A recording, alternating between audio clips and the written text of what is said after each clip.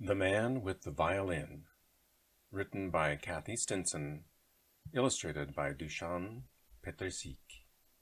Dylan was someone who noticed things. His mom was someone who didn't. One Friday in January was a day like any other until music. The high notes soar to the ceiling. The low notes swoop to the floor. All the notes swirl and sweep around the blur of people, rushing here and rushing there. The music is telling an exciting story. It makes the hairs on the back of Dylan's neck tickle. "Mom, wait!" The man with the violin sways this way and that. His fingers move quickly. His bow dances across the strings. The skittering notes make Dylan want to dance too. Then the music slows, and the man's eyes close as if the music is carrying him from the bustle, bustle, bustle to somewhere far, far away. "Please, Mom, can't we stop, please? If only they could listen for even a minute." "Not today." The man with the violin leans forward. His music makes Dylan's skin hum. Someone begins shouting, "Blibbity-blabbity, blah, blah, blah, blah, blah." Dylan leans toward the music, trying to hear. From the violin comes the saddest sound he has ever heard. The man turns in his direction. Their eyes lock, but the escalator pulls Dylan down, down, down, down, and away. Bursting out of the tunnel, a loud clattering.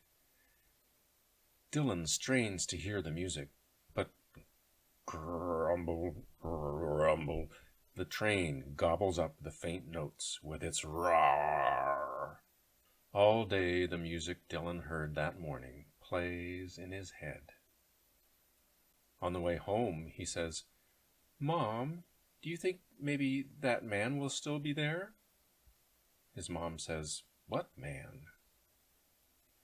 Rain patters, dishes clatter, voice on the radio drones on and on until suddenly, music, telling a story that makes the apartment bigger and brighter. And Dylan shouts, "That's the man in the station!" The music fades. The voice on the radio says, "Today over 1,000 people had the chance to hear one of the finest musicians in the world.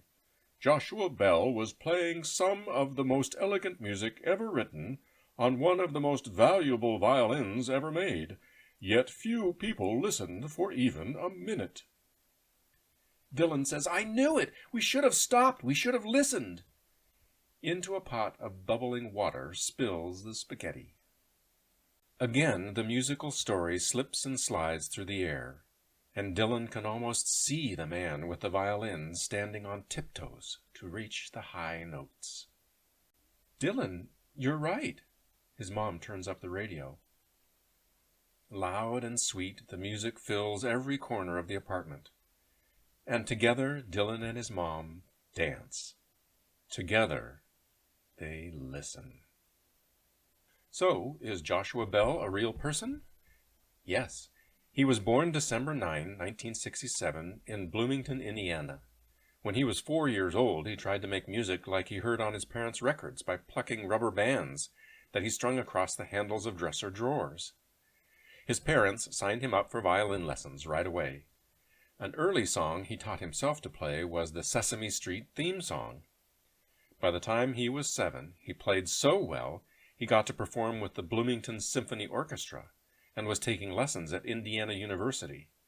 At 12, he was very serious about his music, but he loved playing tennis and computer games too.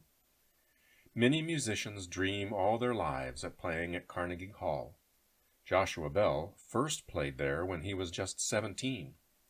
Then he went to Europe to give concerts in cities where people had already heard what a great violinist he was.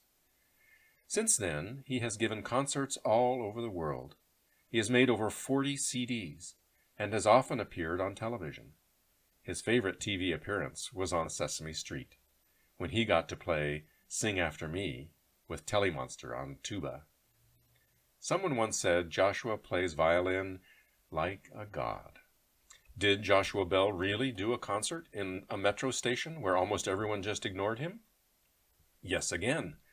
On January 12, 2007, when Joshua Bell took his priceless Stradivarius to l'Enfant Plaza Station in Washington, D.C., he was taking part in an experiment.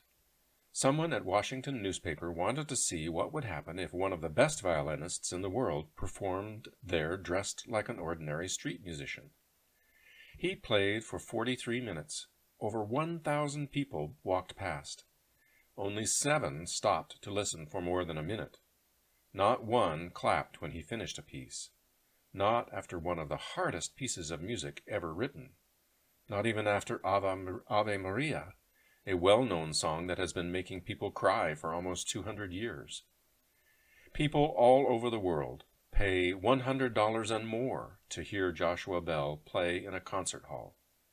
At the end of his concert in the metro station, in the violin case at his feet, was $32.17.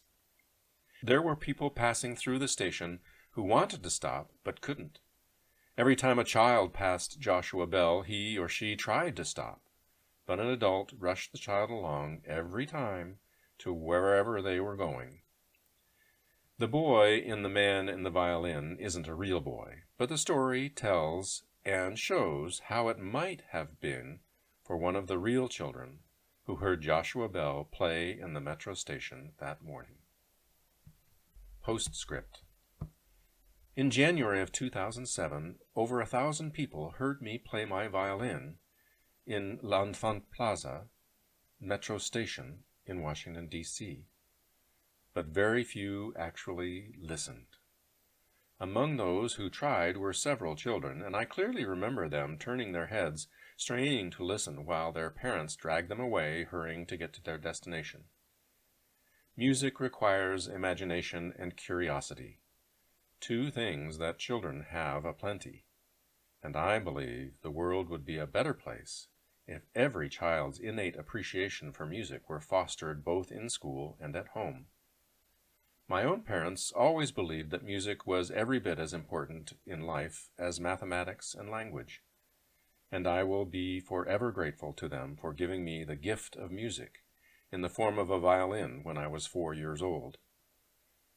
Plato is often credited as saying, "Music gives soul to the universe, wings to the mind, flight to the imagination, and life to everything." I couldn't agree more. Joshua Bell, March 2013.